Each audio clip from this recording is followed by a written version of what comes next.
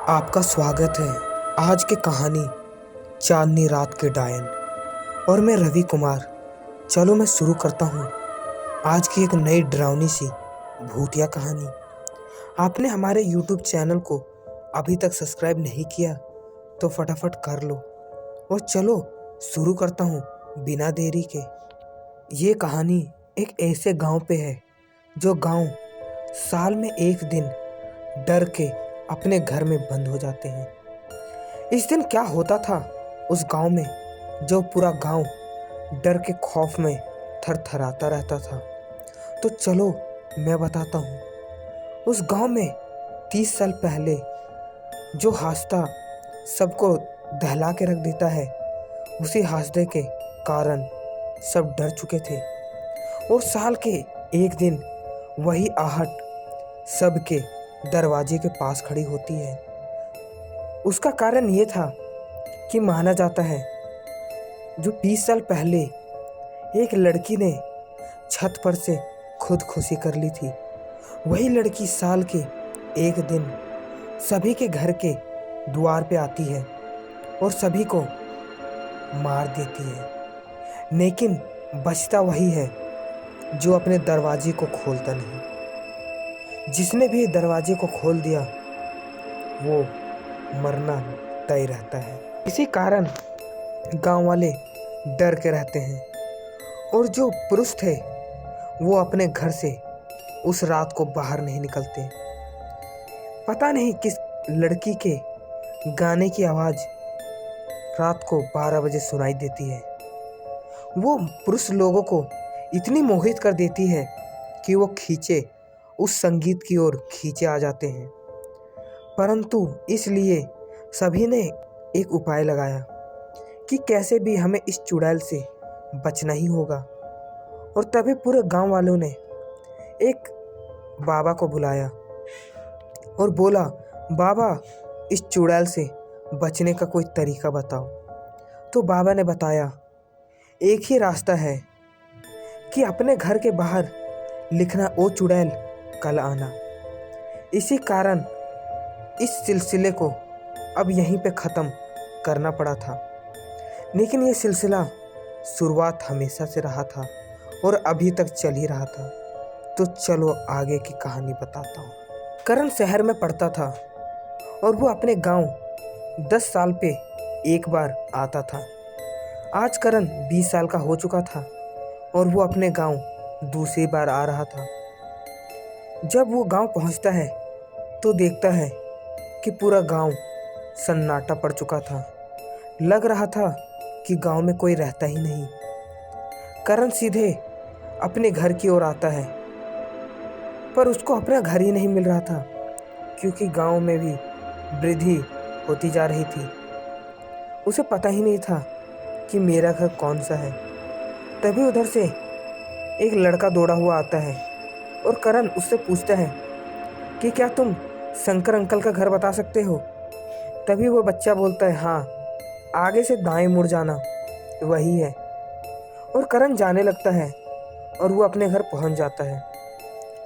उसे विश्वास नहीं हो रहा था कि क्या ये उसी का घर है। करण दरवाजे को ठकठकाता है और घर से एक बूढ़ा व्यक्ति निकलता है। वो करण के पापा थे, रामेश्वर सिंह। करण नमस्ते करके अंदर जाता है और बैठ जाता है। वो पूछता है, ये गांव पूरा सन्नाटा क्यों है।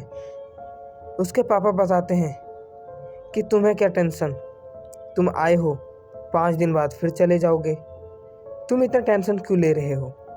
करण पूछता है, तब भी आप बताते सकते हो कि इस गांव में ऐसा क्या हुआ है जो पूरा गांव सन्नाटा है। करण के पापा कहते हैं, हर साल यहाँ पे एक ऐसी डायन आती है जो लोगों को खींच के ले जाती है, इसलिए गांव बहुत ज़्यादा अब सन्नाटा ही रहता है। तभी तो मैंने तुम्हें शहर पढ़ने के लिए भेजा है और साल के बीच में ही मैं तुम्हें 5 दिन के लिए बुलाता हूँ और फिर से शहर ही भेज देता हूँ। करण बोलता है, मतलब इसका कारण यही है कि मैं उतने दिन शहर में ही रहता था। करण के पापा बोलते हैं, हाँ, यही कारण है। और यहाँ पे अभी तक 15-20 लोगों को वही डायन ले जा चुकी है। करण बोलता है ये ऐसा नहीं हो सकता। क्या आप लोग भी डायन भूत के पर विश्वास करते हो?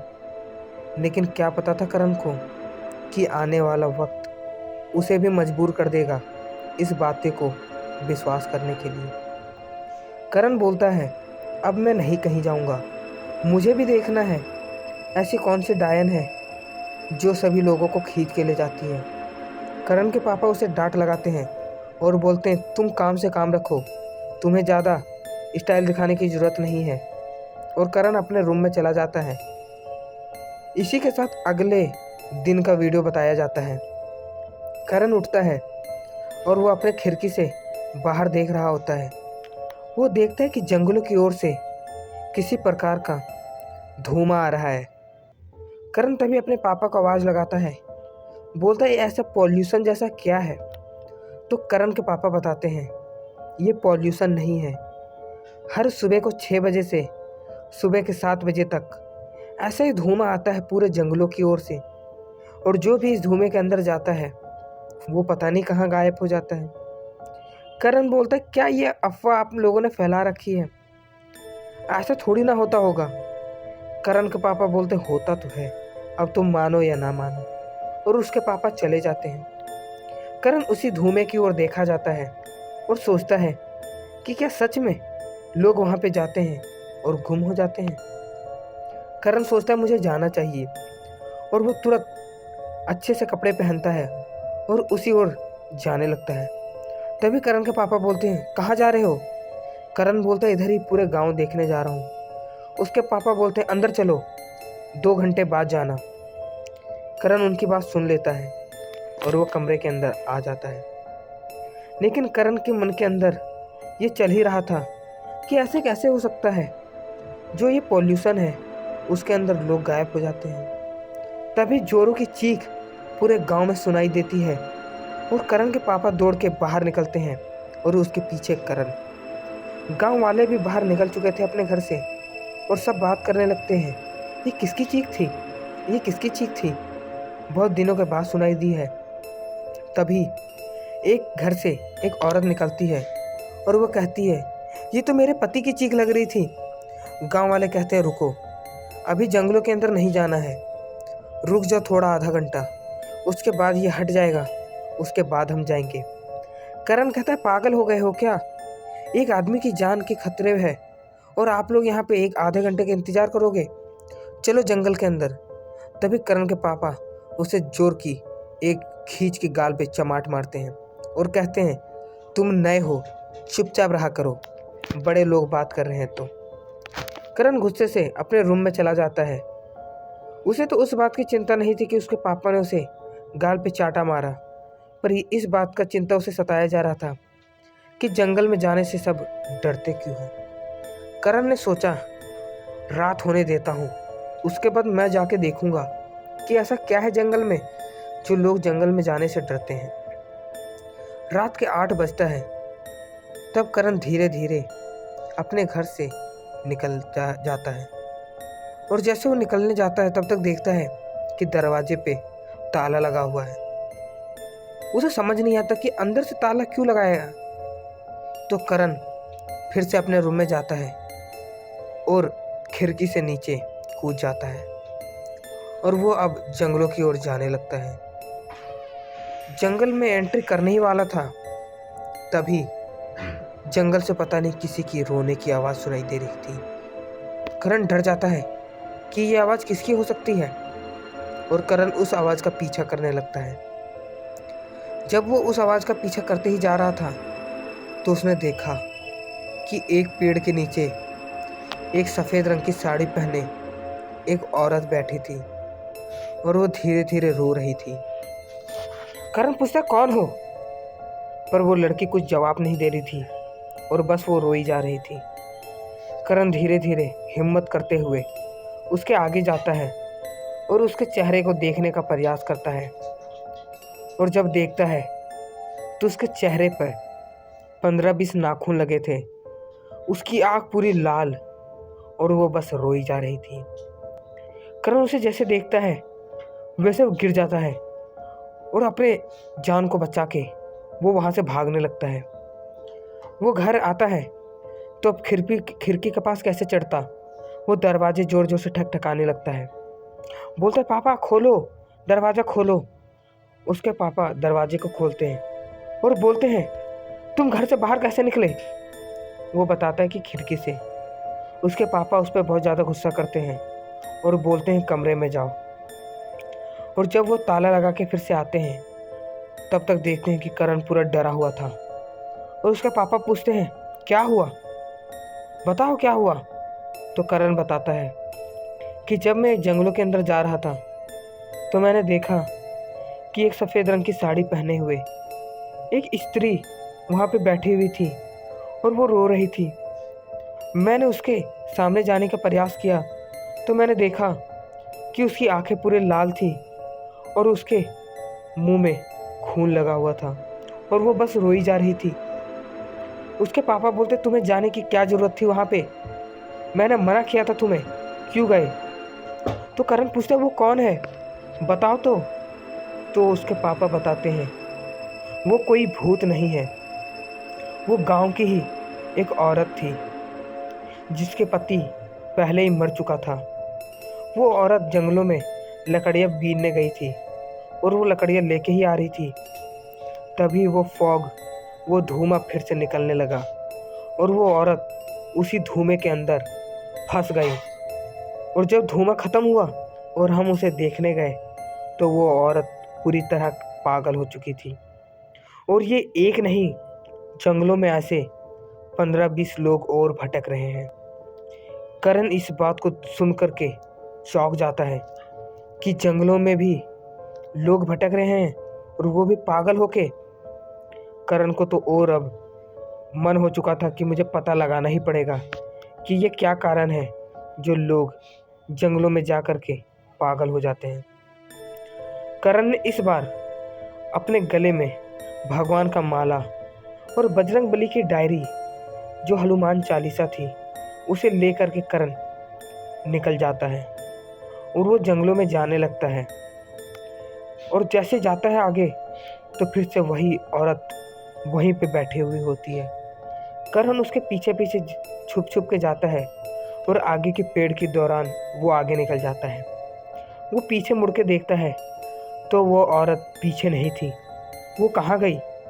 करण उसे देखने लगता है पर वो औरत कहीं नहीं थी।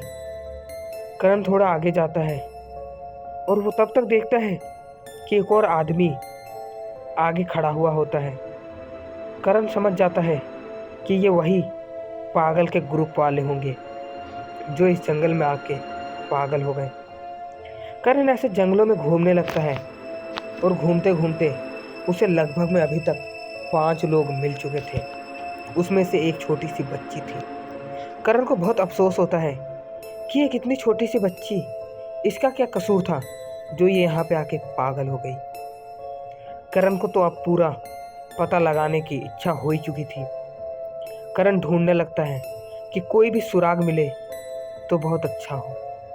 ढूंढते ढूंढते करण देखता है एक जगह पे जितने भी लोगों को करण ने पीछे देखा था वो लोग उससे भी पहले उसके आगे ही खड़े हो चुके हैं और सब के सब करण को घूर रहे थे।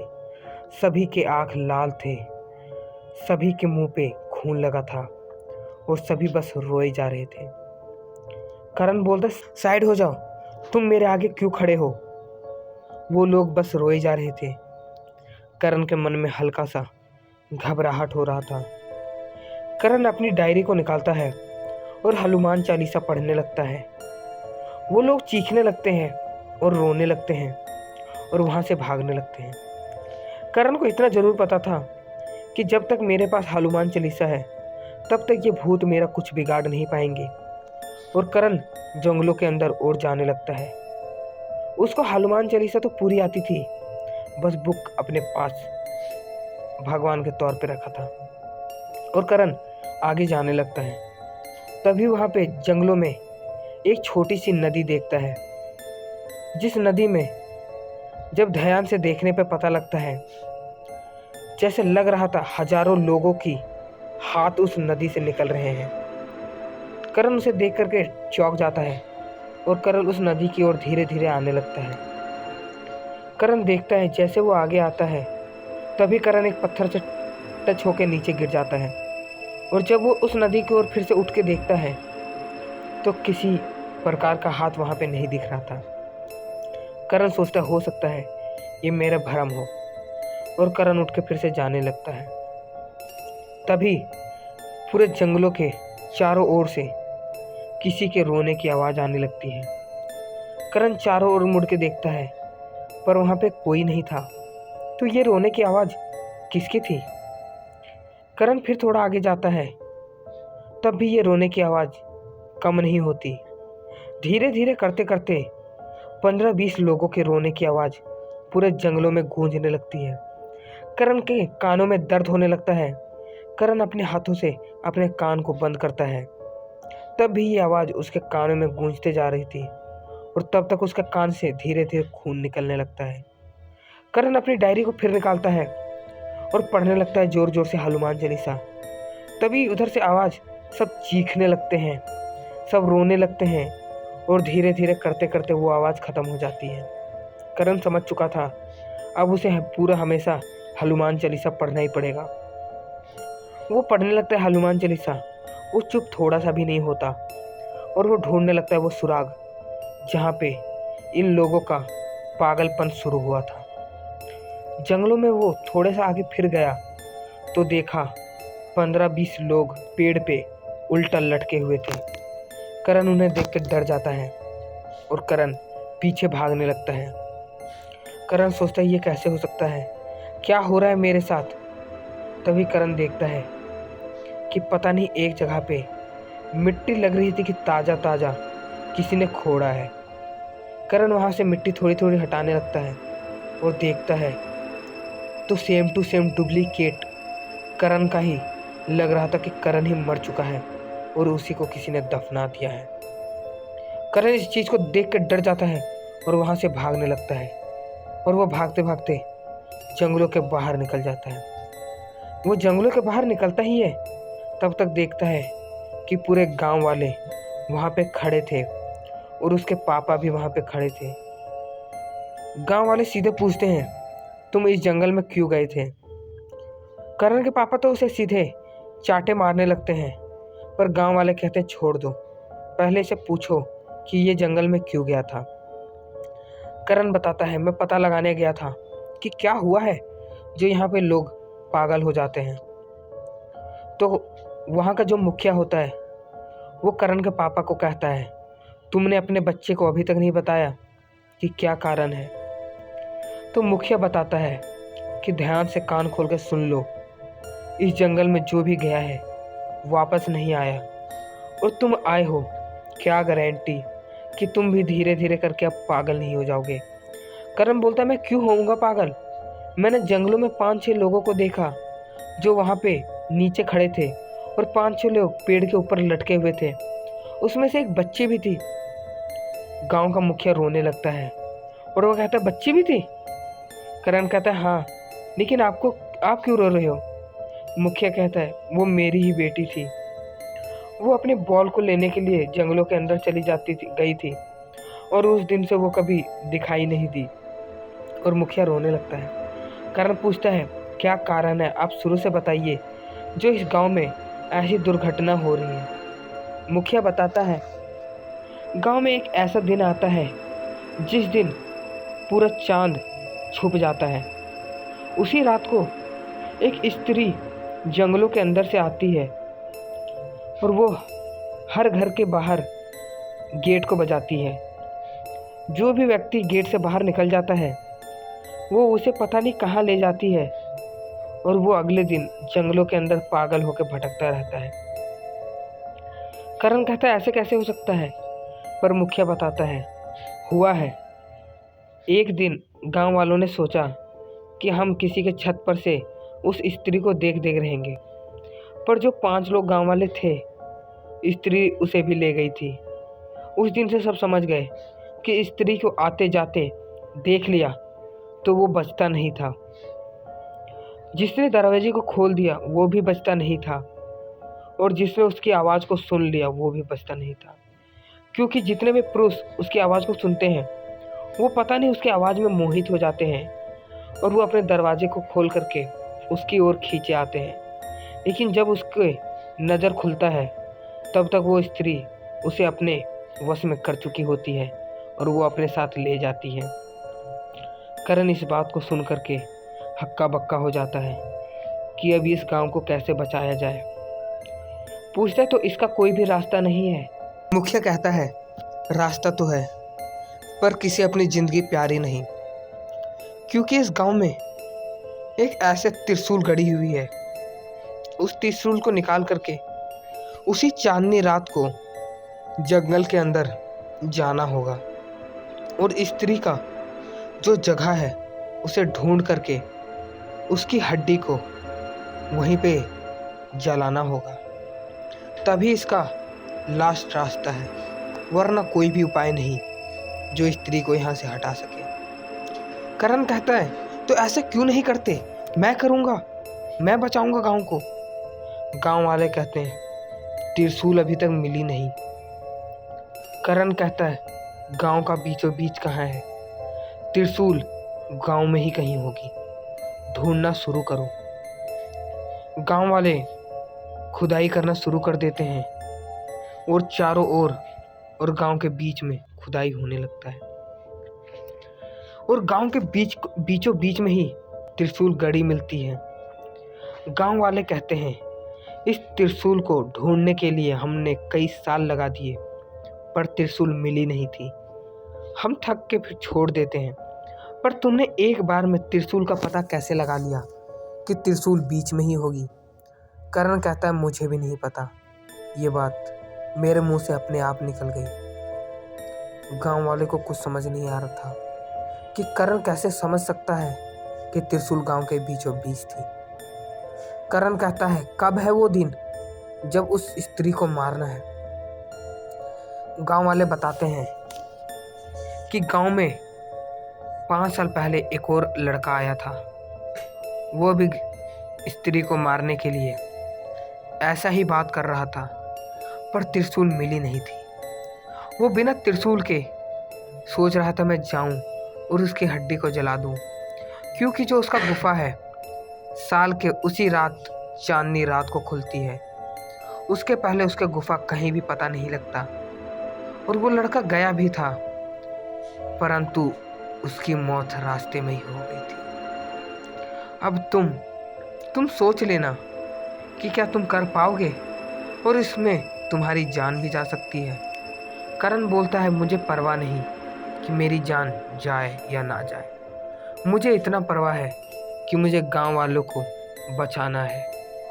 गांव वाले बताते हैं सिर्फ 9 दिन, उसके बाद वही चांदनी रात फिर से आ जाएगी और तुम जा सकते हो रात के 8 बजे से सुबह के 12 बजे तक। उसके बाद तुम तब तक नहीं करके आ पाए तो समझो कि तुम मर गए।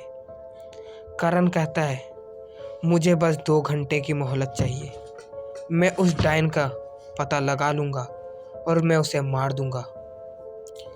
और इसी प्रकार 9 दिन और बीत जाते हैं और आज ये आखिरी रात थी जब उस डायन को मारना था।